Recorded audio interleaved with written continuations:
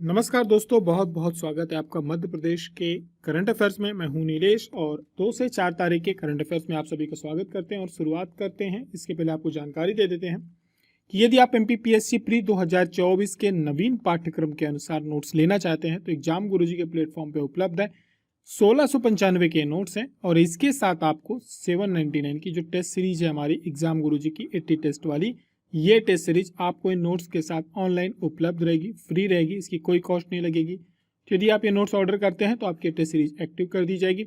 आगे की तरफ बढ़ेंगे और शुरुआत करेंगे आज की करंट अफेयर आज के विचारों के साथ। सरदार वल्लभ भाई पटेल का विचार है कि सपने देखना साधारण होता है परंतु उन्हें साकार करना असाधारण होता है। उसके लिए बहुत परिश्रम करना होता है, बहुत अनुशासन में रहना होता है। करंट अफेयर्स में आपका बीच बीच में गैप हो रहा है, उसके लिए मैं माफ़ी चाहूँगा। थोड़ा सा आप लोगों को मुख्य परीक्षा तक कोऑपरेट करना पड़ेगा और जैसे ही हमारा 16 तारीख को मेंस का पेपर खत्म होता है इसके बाद आपके करंट अफेयर्स और बहुत सारी क्लासेस एग्जाम गुरुजी में लाइव होने वाली हैं। लगभग सभी लोगों की मुख्य परीक्षाएं हो जाएंगी तो सभी प्री में आपके साथ पूरी तरह से तन्मयता के साथ लग जाएंगे और बहुत ही अच्छी अच्छी क्लासेस आपको मिलने वाली हैं। और हमारी पूरी कोशिश है कि आपको एग्जाम होता है उसमें काफ़ी कुछ इसमें मदद मिले। जो भी नए टॉपिक हुए हैं उनको भी कवर कराया जाएगा। तो शुरुआत करेंगे पहले प्रश्न के साथ कि सिंदरी जो उर्वरक संयंत्र है ये भारत में किस स्थान पर है। तो ये जो सिंदरी उर्वरक संयंत्र है ये भारत में झारखंड में है। प्रधानमंत्री के द्वारा अभी इसको देश को समर्पित किया गया है। देश को समर्पित करने का मतलब ये होता है कि ये पूरी तरह से काम करना प्रारंभ कर दिया है। और ये जो संयंत्र है झारखंड का जो धनबाद क्षेत्र है, काफ़ी औद्योगिक क्षेत्र है झारखंड का। जिस प्रकार से हमारे यहाँ इंडस्ट्रियल एरिया होते हैं उस प्रकार से धनबाद वहाँ जाना जाता है। धनबाद हो गया, बोकारो हो गया, तो वहाँ पे ये सिंदरी है। और ये उर्वरक संयंत्र जो है प्रधानमंत्री के द्वारा इसको 2018 में इसका इनोग्रेशन किया गया था। जो पत्थर रखा जाता, शुरुआत की जाती, शिलान्यास किया गया था। अब यहाँ पर 360 लाख मीट्रिक टन यूरिया की क्या होगी, उत्पादन होगा, जो हमारे देश की आवश्यकता है 360 लाख मीट्रिक टन। भारत को 2014 में बात करी जाए तो 225 लाख मीट्रिक टन यूरिया की आवश्यकता थी हमें, उस टाइम हमारा उत्पादन हो रहा था। वर्तमान में 360 पहुंच चुका है और भी कई संयंत्र शुरू होने वाले हैं जिसकी वजह से धीरे धीरे क्या होगा कि उत्पादन बढ़ता जाएगा सरकार। क्योंकि आप सभी को पता है कि जैसे ही खेती का टाइम आता है यूरिया को लेकर के थोड़ा सा किसानों के बीच में क्या होता है, कमी होती है, उसका प्रोडक्शन उस लेवल पे नहीं होता, कालाबाजारी बहुत होती है। उसके लिए सरकार ने क्या किया, नीम कोटेड यूरिया प्रारंभ किया ताकि जो बाकी जो हमारे खाद्य पदार्थ हैं उनका यूज किया जा रहा था, बहुत सारी जगह यूज किया जा रहा था। आगे चल के आपको रामागुंडम उर्वरक संयंत्र गोरखपुर में, बरौनी में, तालचेर में और सिंदरी जो है वो चालू ही हो गया है। इसका उत्पादन 5 नवंबर 2022 को हो गया था। इसकी 1 यूनिट को इसको क्या किया गया, शुरू किया गया। कवि महोत्सव कहाँ पे मनाया जाता है। यदि आपने एमपीपीएससी प्री का सिलेबस देखा होगा तो कला एवं संस्कृति वहाँ पे प्रॉपर एक अलग से टॉपिक दे दिया गया है। और ये कला संस्कृति केवल मध्य प्रदेश की नहीं, भारत का जो इतिहास का टॉपिक है वहाँ पे दिया गया है। तो आपको विशेषकर उन जो महोत्सव जिनको लगातार क्या किया जा रहा है, मनाया जा रहा है या खबरों में रह रहे हैं, उनको थोड़ा सा ध्यान में रखना पड़ेगा। कला महोत्सव, कला संस्कृति या कोई स्थापत्य से जुड़ी हुई चीज़ खबर आपको एकदम से न्यूज़ में पढ़ने को मिलती है तो आपको उसको अपने नोट्स पे, अपने जहाँ भी आप लोग अपनी पढ़ाई करते हैं, इतिहास का सेक्शन का है तो मध्य प्रदेश का है तो मध्य प्रदेश वाले में उसको 1 से 2 लाइनों में उसको समेटना होगा, मोटी मोटी बातें उसकी ध्यान पे रखनी होगी। तो बात करेंगे हम तभी महोत्सव की। तो ये जम्मू कश्मीर में मनाया जाने वाला फेस्टिवल है और इसकी मार्च में शुरुआत हुई है, बहुत दिनों तक चलता है। और जम्मू कश्मीर के जो भी वहाँ के एक तरह से सांस्कृतिक गतिविधियाँ होती हैं, भोजन होता, परिधान होता, उन सब के साथ ये उत्सव मनाया जाता है। लेकिन वहाँ का एक फेमस महोत्सव है ट्यूलिप। ट्यूलिप एक फूल होता है, बसंत ऋतु के दौरान इसको आयोजित किया जाता है। और पूरी तरह से आप जम्मू कश्मीर जो है, हमारा कश्मीर जो विशेषकर, वो हम एक तरह से स्वर्ग माना जाता है और हरियाली और अपनी जो एक सुंदरता होती है, नेचुरल ब्यूटी है, उसके लिए जाना जाता है। तो ट्यूलिप एक वहाँ का बहुत बड़ा उद्यान है, वहाँ पे ट्यूलिप के फूल खिल जाते हैं उस समय, इसलिए ट्यूलिप महोत्सव मनाया जाता है। शिकारा एक प्रकार की नाव होती है जो डल झील है वहाँ पर चलती है और उसमें रहने की भी अब कॉटेज सिस्टम भी चालू है रहता है, लेकिन डल झील पे विशेषकर चलती है तो वहाँ पर मछली वगैरह पकड़ने में भी यूज किया जाता है उसका। तो उसका एक अलग से प्रोग्राम ऑर्गेनाइज होता है, शिकारा महोत्सव बोला जाता है। फिर केसर महोत्सव होता है, क्योंकि केसर जो है लद्दाख में बहुत होता है, जम्मू में होता है, इसलिए केसर महोत्सव मनाया जाता है। बैसाखी लगभग हमारे पूरे उत्तर भारत में मनाया जाता है। एक महोत्सव यहाँ पे और होता है, उसको बोलते हैं गुरेज महोत्सव। और इनका एक जो गुरेज है एक लोक नृत्य है और इस महोत्सव के दौरान वो नृत्य किया जाता है। आगे की तरफ बढ़ेंगे, बात करेंगे अगले प्रश्न की। इंटरनेशनल बिग कैट अलायंस मुख्यालय किस देश में स्थापित किया जाएगा? बिग कैट जो अलायंस का मुख्यालय होगा वो भारत होगा। प्रधानमंत्री ने अपने जन्मदिन पे इसकी शुरुआत की थी बिग कैट अलायंस की। इसमें आपके जो भी कैट प्रजाति के होते हैं, चाहे आपका बाघ हो, शेर हो, तेंदुआ हो, प्यूमा है, जगुआर है, चीता है, हिम तेंदुआ भी उसमें आ जाएगा। ये सब के सब कैट उसमें आते हैं प्रजाति में। तो इनको लेकर के बिग कैट अलायंस की सरकार ने क्या करी है, कैबिनेट की बैठक हुई थी तो उसमें मंजूरी दे दी है। देश में इसकी जो हमारे प्रोजेक्ट टाइगर है, 9 अप्रैल को इसके 50 वर्ष पूरे हो गए थे, तब प्रधानमंत्री ने इस प्रजाति से जुड़े हुए जितने भी क्या कहते हैं जंतु हैं, जीव हैं, उनको बचाने के लिए एक कॉमन प्रोजेक्ट की शुरुआत करी। तो आपने देखेंगे आपका चीता है, बाघ है, इसके बाद हिम तेंदुआ की भी गिनती हुई थी, भारत में संख्या उनकी बढ़ी है।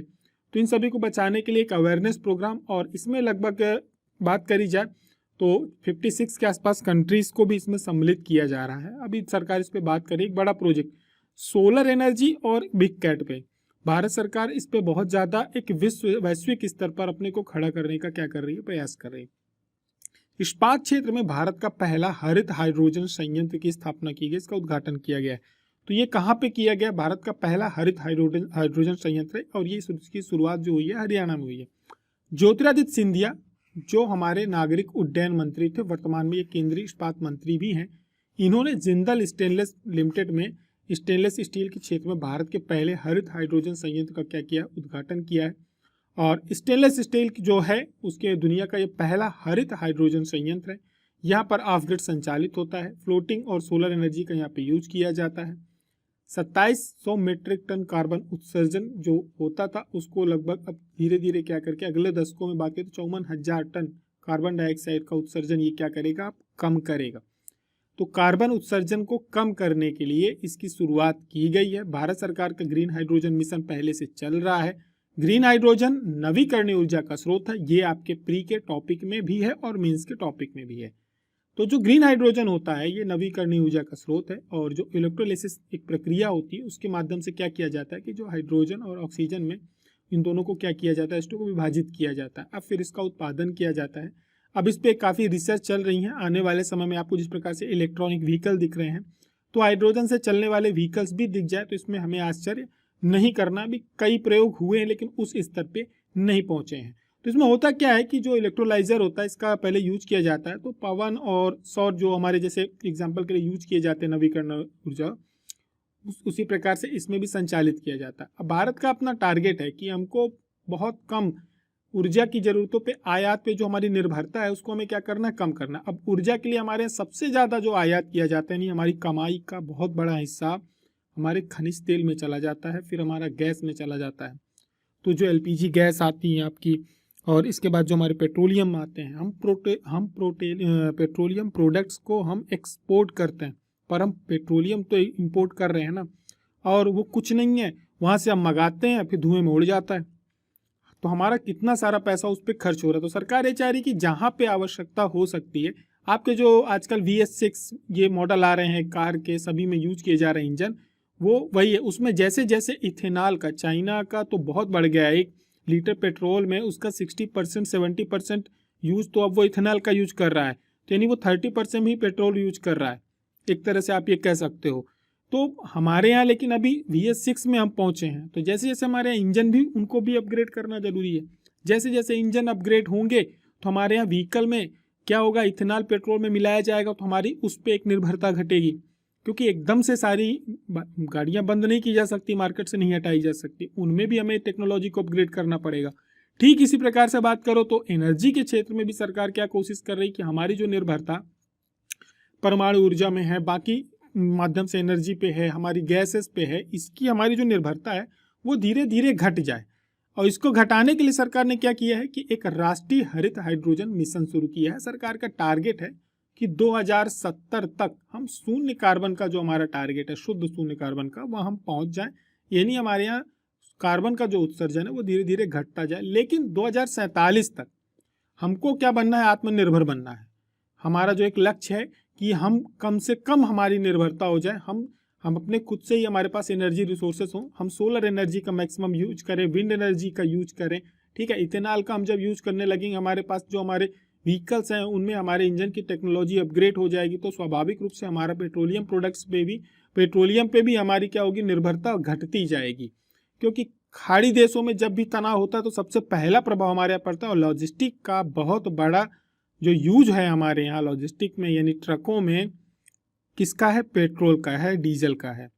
जैसे ही उनके दाम बढ़ते हैं तो हमारी पूरी अर्थव्यवस्था क्या होती है, हिल जाती है। क्योंकि कृषि से लेकर के जितने भी हमारे बड़े, आप ये कहो कि एग्रीकल्चर के अलावा बाकी का पूरा लॉजिस्टिक सिस्टम का हमारा क्या हो जाता है कि उसके जो एक तरह से आप ये कहो चरमरा जाती है व्यवस्था। तो इन्हीं सब उद्देश्यों के साथ सरकार ने राष्ट्रीय हरित हाइड्रोजन मिशन की शुरुआत करी थी। प्रधानमंत्री के द्वारा 15 अगस्त 2021 को राष्ट्रीय हाइड्रोजन मिशन की क्या की गई थी, शुरुआत की गई थी, घोषणा की गई थी। फिर केंद्रीय मंत्रिमंडल ने इसको 4 जनवरी 2023 को क्या दिया था, इस मिशन को मंजूरी दी थी। लक्ष्य है कि हमें कम से कम 5 मिलियन मीट्रिक टन की उत्पादन क्षमता हासिल करनी है। प्रतिवर्ष 2030 तक देश में लगभग 125 गीगावाट की जो हमारी नवीकरणीय ऊर्जा क्षमता है उसको हमें बढ़ाना है। ग्रीन हाइड्रोजन, सौर पवन और जल विद्युत जितने भी ये नवीकरणीय ऊर्जा के स्रोत हैं, इनमें इनका उपयोग करके जल इलेक्ट्रोलिसिस के माध्यम से उत्पादित एक स्वच्छ ऊर्जा के रूप में जाना जाता है। मोटे मोटे फैक्ट्स हैं, आपको ध्यान में रखना है। शून्य कब तक पहुंचना है, महत्वाकांक्षी योजना क्या है, घोषणा कब की गई थी, शुरुआत की गई थी, सरकार का लक्ष्य क्या है, ये चीजें हमें याद रखना है। स्टेनलेस स्टील के बारे में बात करो तो लोहे और क्रोमियम की जो मिश्र धातु होती है इसको मिला करके बनाया जाता है। क्रोमियम की हालांकि मात्रा इसमें कम होती है, 10.5% के आसपास रहती है। आगे की तरफ बढ़ेंगे, बात करेंगे अगले प्रश्न की कि जो कलपक्कम है ये किस राज्य में स्थित है। जो कलपक्कम है ये तमिलनाडु राज्य में स्थित है। खबरों में क्यों है, खबरों में इसलिए है क्योंकि ये हमारे लिए एक गौरवान्वित करने वाली बात भी है। अब हम लोग जो है परमाणु के क्षेत्र में, परमाणु कार्यक्रम के क्षेत्र में दूसरे चरण में हम क्या कर गए हैं, प्रवेश कर गए हैं।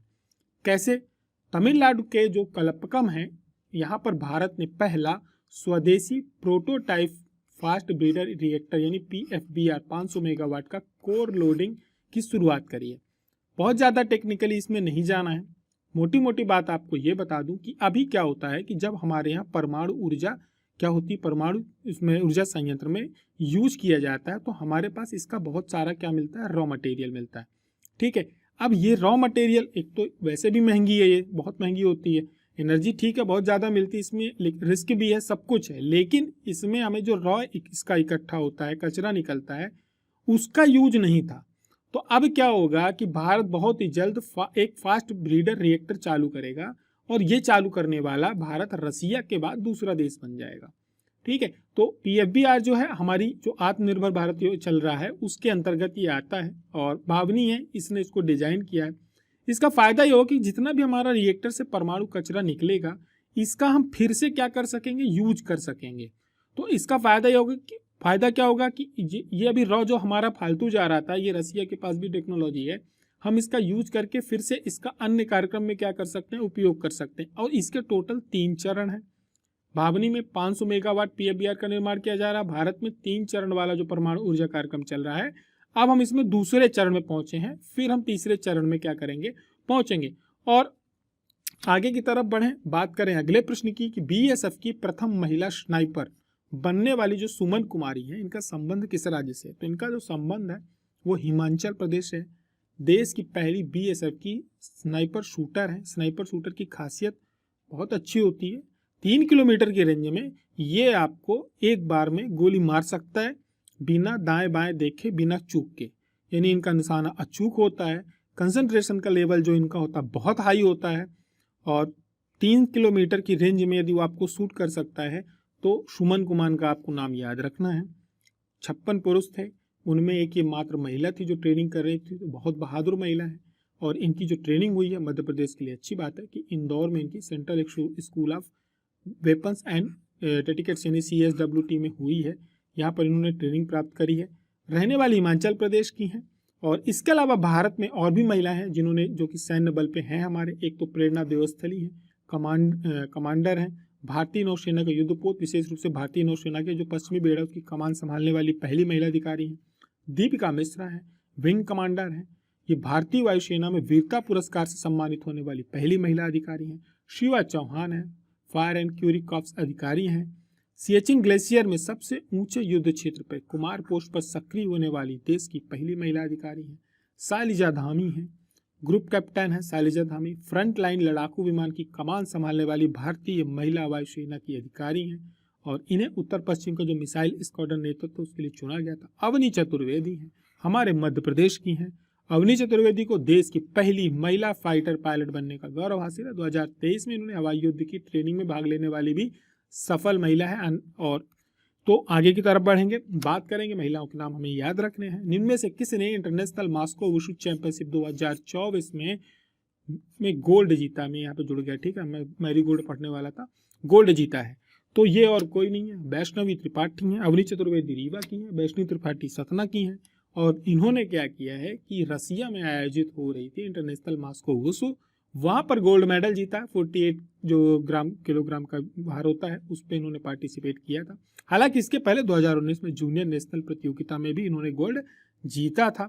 और इनकी सिस्टर है, वो भी वुशु खिलाड़ी हैं। रसिया में चल रहा था ये खेल और इन्होंने अफगानिस्तान के और रसिया खिलाड़ी को हराया। बात करेंगे बाइसन रिसोर्ट मध्य प्रदेश के किस जिले में है? तो बाइसन रिसोर्ट जो है मध्य प्रदेश के नर्मदापुरम जिले में है। और ये एक महत्वाकांक्षी योजना है सरकार की। ये एक तरह से जो हमारे लोकल पे टूरिज्म होता है उसको प्लस हमारे रोजगार को बढ़ाने के लिए एक अच्छी योजना है। नर्मदापुरम के मध्य में, नर्मदापुरम जिले में आता है एक माढ़ई, वहाँ पर है बाइसन रिसोर्ट। इसको पहले 5 स्वच्छता ग्रीन लीफ रेटिंग प्रमाण पत्र इसको दिया गया है और ये देश का पहला है। बात दरअसल ये है कि राज्य स्वच्छता मिशन जो चल रहा है ग्रामीण, वहाँ पर क्या है कि एक होम स्टे योजना चल रही है। जैसे पहले धर्मशाला रिजॉर्ट चलती थी तो उसी प्रकार से होम स्टे, वो आपके आके घर पे रुकेंगे, आपके साथ बैठ के खाना खाएंगे, सुरक्षा, आपको रजिस्ट्रेशन कराना होता है। उससे क्या होता है, लोकल जो होते हैं उनकी भी आय तो बढ़ती ही बढ़ती है, साथ में लोगों को एक अच्छा खाना मिलता है और एक इन्वायरमेंट मिलता है। साथ में वो जिस जगह में जाते हैं वहाँ की रहन सहन से बहुत जल्दी घुल मिल जाते हैं। आप यदि कभी घूमने का हो तो आप एक बार रुक के देखिएगा, बहुत अच्छा लगता है। तो वहाँ पे आप एक पारिवारिक माहौल मिलता है। अभी हमारे इंदौर में जो प्रोग्राम ऑर्गेनाइज किया गया था, ठीक है, समिट हुई थी, तो उसमें होम स्टे योजना इंदौर में भी चल रही थी। बहुत सारे लोगों के घरों में रुके थे और उनका एक लगाव हो गया था उनके साथ।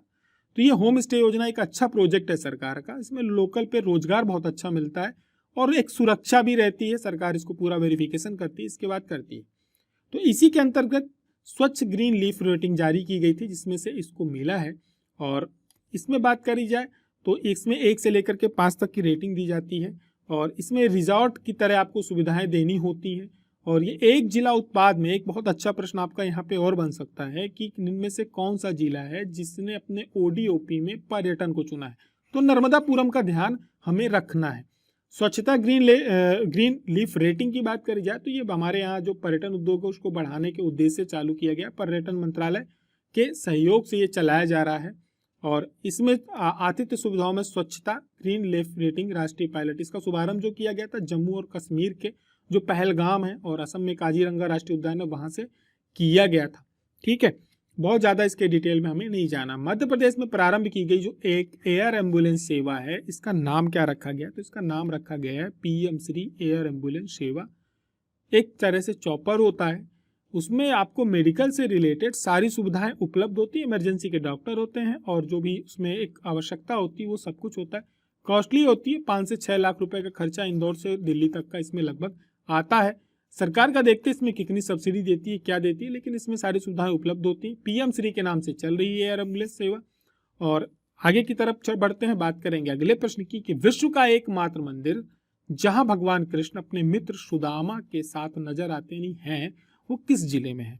तो ये मंदिर जो है वर्तमान में उज्जैन को लेकर के कोई कंफ्यूजन नहीं रखना है कि संदीपनी आश्रम उज्जैन में है तो ये मंदिर भी वहीं होगा। जो लोग गए हैं उन्हें मालूम होगा कि ऐसा वहाँ पे कोई मंदिर नहीं है, ये धार जिले में है। ऐसा क्यों है? इसलिए है कि जिस प्रकार से हमारा राम वन पथ गमन यात्रा चल रही है, ठीक उसी प्रकार से मुख्यमंत्री के द्वारा घोषणा की गई है कि श्री कृष्ण से जुड़े हुए जो भी हमारे यहाँ तीर्थ स्थल होंगे उनको हम लोग क्या करेंगे, आगे बढ़ाएंगे, उन पर कुछ कार्य करेंगे। तो उन्हीं सब चीज़ों में बात करी जाए तो उज्जैन में श्री कृष्ण ने क्या किया था, उनकी एजुकेशन कंप्लीट हुई थी वहाँ पे, उन्होंने अपनी स्कूली शिक्षा वहाँ पे हासिल की थी। ठीक है, पढ़ाई लिखाई उनकी वहीं हुई थी संदीपनी आश्रम में, वहाँ पे जो कलाएं होती हैं उन्होंने वहाँ पे सीखी थी, वेदों का अध्ययन किया था। लेकिन धार का जो अमझोरा है वहाँ पर एक नारायण धाम है और उज्जैन जिले की महतपुर तहसील में भी एक धाम है, ठीक है। और अमझेरा में शैव और वैष्णव संप्रदाय दोनों के कई प्राचीन मंदिर है जो कि भगवान कृष्ण और रुक्मणी से जुड़े हुए हैं। ठीक इसी प्रकार से जो धार का नारायण धाम है, ये विश्व का एकमात्र मंदिर है जहाँ पे भगवान कृष्ण अपने मित्र सुदामा के साथ आपको वहाँ नजर आते हैं। तो पर्यटन को बढ़ावा देने के लिए सरकार ने ऐसा सोचा है। आगे की तरफ बढ़ेंगे, बात करेंगे अगले प्रश्न की। हाल ही में प्रधानमंत्री के द्वारा प्रदेश के किस जिले में मेगा चमड़ा जूता एवं सहायक उपकरण केंद्र की क्या की गई है, स्थापना की गई है। प्रधानमंत्री का कार्यक्रम था, मुरैना में इसकी शुरुआत की गई है। बहुत सारे कार्यक्रम हालांकि वहां पे किए गए हैं। टैगलाइन थी विकसित भारत विकसित मध्य प्रदेश। कब हुआ था? वीडियो कॉन्फ्रेंसिंग के थ्रू 29 फरवरी को हुआ था। बहुत सारी परियोजनाएं, सूक्ष्म परियोजनाएं और उनका इनोग्रेशन प्रधानमंत्री ने एक साथ लगभग 17,500 करोड़ रुपए की शुरुआत की थी। तो इन्हीं में से एक पारस डोह सूक्ष्म सिंचाई परियोजना है, उसकी शुरुआत की थी। और साथ ही साथ रेलवे परियोजनाएं थी, अलग अलग थी, लाइनें जोड़ी गई हैं, तो 2200 करोड़ के लगभग वो थी। लेकिन इसमें जो हमें याद रखना है वो ये है कि रतलाम में एक औद्योगिक पार्क की स्थापना, मुरैना जिले के सीतापुर में मेगा चमड़ा जूता एवं सहायक उपकरण केंद्र की स्थापना, इंदौर में परिधान के लिए क्या किया है, प्लग एंड प्ले पार्क। ठीक है, ऐसे प्रश्न आपके आते हैं, उद्योग आपके प्री के टॉपिक का है, इसलिए बार बार कहता रहता हूं, आपको टोकता रहूंगा। आप लोग अपने नोट्स पे इसकी पीडीएफ डाउनलोड कर लेना, टेलीग्राम में 12 बजे के बाद उपलब्ध रहती है। आप सभी लोग वहां से ये कंटेंट एक बार ले करके आप लोग अपने बुक्स में जरूर अपडेट कर लेना, क्योंकि इनसे क्वेश्चन बनते हैं। औद्योगिक पार्क मंदसौर में जग्गा खेड़ी में किया जा रहा है, उसका दूसरा चरण है हालांकि, लेकिन आपको इंदौर का जो प्लग एंड प्ले पार्क है, साथ में ये जो सीतापुर का चमड़ा पार्क है, इसको ध्यान में रखना, इसको अपडेट करके रख लेना है। अमृत 2.0 की क्या की गई है, शुरुआत की गई है। अमृत 2.0 है क्या? इसकी शुरुआत 2015 में हुई थी अमृत मिशन की, और इसमें सभी लोगों को पानी के लिए क्या करना, उपलब्ध कराना था। साथ में जो सीवरेज कनेक्शन है और एक जो सुनिश्चित आपूर्ति पानी हर घर, दोनों सुविधाएं उपलब्ध होनी चाहिए। इसका नाम रखा गया था अमृत। अब अमृत 2.0 शुरू किया जा रहा है, जो कि हमारे लगभग इसमें पूरा 100% कवरेज अब किया जाएगा। पहले कुछ लक्ष्य थे, वहां तक पहुंचना था, अब इसको क्या किया जाएगा, संपूर्ण किया जाएगा। पीपीपी मॉडल पे आधारित रहेगा। पिछले दिनों हमने आपसे एक प्रश्न पूछा था जिसका उत्तर मैंने बहुत सारे लोगों के पाया है, आप सभी लोग उत्तर जरूर देते हैं और हमारे द्वारा गैप हो जाता है करंट अफेयर में। अभी हो रहा है लगातार, मेंस का मैं आपको बार बता रहा हूँ, मेंस के पेपर हो जाने दीजिए, ये गैप आपके बंद हो जाएंगे। करंट अफेयर अभी एक क्लास लेंगे जिसमें आपके जनवरी फरवरी पूरे कराएंगे। तो पिछले दिनों हमने आपसे एक प्रश्न पूछा था कि वैदिक घड़ी का, ठीक है, आप सभी ने बताया था कि क्या कहते हैं कि महाराजा विक्रमादित्य के द्वारा जो विक्रम संवत है, इसकी शुरुआत कब से की गई थी। तो देखिए ऐसा है, ये प्रश्न पूछने का कारण था, क्या हुआ है कि उज्जैन में, हालांकि इसकी घोषणा काफी पहले की गई थी कि एक वैदिक घड़ी स्थापित की जाएगी। तो क्यों उज्जैन क्या है, उज्जैन जो है वर्तमान में यदि बात करी जाए तो हमारे यहाँ जो काल गणना होती है, उसका जो प्राचीनतम एक तरह से प्रणाली होती है उसकी, वो पूरी तरह से शुरुआत जो हुई थी उसकी उज्जैन में, तो उसको उज्जैन बहुत बड़ा एक केंद्र रहा है। ठीक है, और इन सब चीजों के लिए जो श्रेय जाता है वो विक्रमादित्य को जाता है, क्योंकि उन्होंने इस पर काफी कार्य किया। तो उन्होंने विक्रम संवत भी प्रारंभ किया था, और उज्जैन को और भी उसके वैदिक महत्व हो जाते हैं और एक तरह से खगोली महत्व भी हो जाते हैं, क्योंकि काल गणना के लिए कर्क रेखा से भी लगा हुआ है। ठीक है, केंद्र बिंदु माना जाता है। तो इन्हीं सब चीजों को ध्यान में रह के वैदिक काल गणना के लिए क्या किया है, वैदिक घड़ी की स्थापना की गई। दुनिया की पहली है, ऐसा कार्य और कहीं नहीं किया गया। इसमें क्या है, हमारी जो पुरानी परंपरा रही है भारतीय पंचांग, ये भी रहेंगे। आज भी जो आप सभी लोग ग्रामीण क्षेत्रों से जुड़े हुए हैं, है ना, आपके घरों में भी पंडितों का आना जाना होगा, तो आपने देखा होगा कि वो लोग पंचांग देखते हैं। ठीक है, तो उसमें होता क्या पंचांग में, आपका मास जो होते हैं उसमें जेठ शुक्ल भादो इस टाइप से होते हैं, योग होता है, भद्रा स्थिति होती है, चंद्र की स्थिति होती है, घटी होती है ना, और ये सब चौघड़िया वगैरह देखते हैं। तो ये सब कुछ उसके अंतर्गत रहेगा, और ग्रह नक्षत्र के जो स्वभाव होते हैं उसके आधार पे इसको निर्धारित किया गया है। आपसे कभी पूछा जाएगा ये किस टाइम पे आधारित है, तो ये जो VST इसका 1.25 जोन रहेगा, सनराइज पे आधारित रहेगा, सूर्योदय पे आधारित, वैदिक आधार सूर्योदय को रखा जाएगा इसमें। और विक्रमादित्य घड़ी का जो निर्माण किया है तो एक आरोहण संस्था है लखनऊ की, इसके द्वारा किया गया है। और इसमें जो पूरा का पूरा टाइम जोन रहेगा वो 24 घंटों का रहेगा। मुहूर्त इसमें 30 रहेंगे, यानी उसको घटी में बांटा गया है। जो हमारे 24 घंटे होते हैं उसको 3 घटी में बांटा जाता है, फिर उसी के बाद उसमें शुरू हो जाता है चौघड़िया। ठीक है, और घंटे सेकंड मिनट की भी सुई रहेगी। और इसका जो टाइम कैलकुलेशन रहेगा, जब सूर्य उगेगा सूर्यास्त होगा, इसके हिसाब से इसका टाइम कैलकुलेशन किया जाएगा। राजा विक्रमादित्य ने जब शकों पे विजय प्राप्त करी थी उज्जैन पे, तो उन्होंने 57 ईसा पूर्व विक्रम संवत की शुरुआत की थी, जब भी आपको विक्रम संवत निकालना हो तो करंट का कैलेंडर है, उस पर 57 जोड़ देना, आपका विक्रम संवत पता चल जाएगा कि क्या निकलेगा। ये याद रखना, ठीक है। और यहाँ पर उसको फिर से एक तरह से क्या कहिए, उसको स्थापना की जा रही है, अपनी संस्कृति को फिर से स्थापित किया जा रहा है। आगे की तरफ बढ़ेंगे। ये घड़ी है, इसको देख लेना आप अलग से, जिन्होंने नहीं देखी है, जो देख ली ठीक है।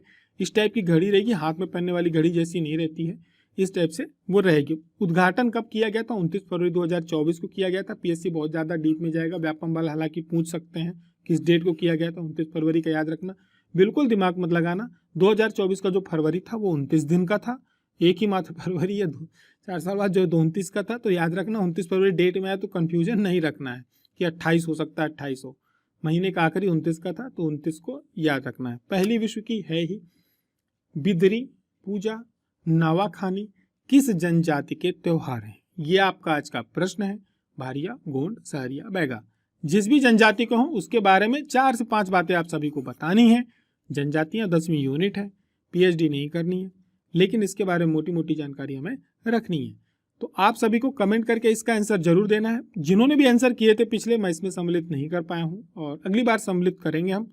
तो आप सभी लोगों को कमेंट करके जरूर बताना है। करंट अफेयर पसंद आता है तो उसको शेयर करना नहीं भूलना है। आप लोग शेयर नहीं करते, थोड़ा सा कोऑपरेट कर लिया करें, कुछ दोस्त भाई करते हैं। आप सभी लोग के जो भी मित्र बंधु हों उनके बीच में करंट अफेयर जरूर शेयर कर दिया करें। हमारी और आपकी मुलाकात फिर होती करंट अफेयर्स में। तब तक के लिए अपना ध्यान रखें, पढ़ाई चालू करके रखें। जय हिंद, जय भारत।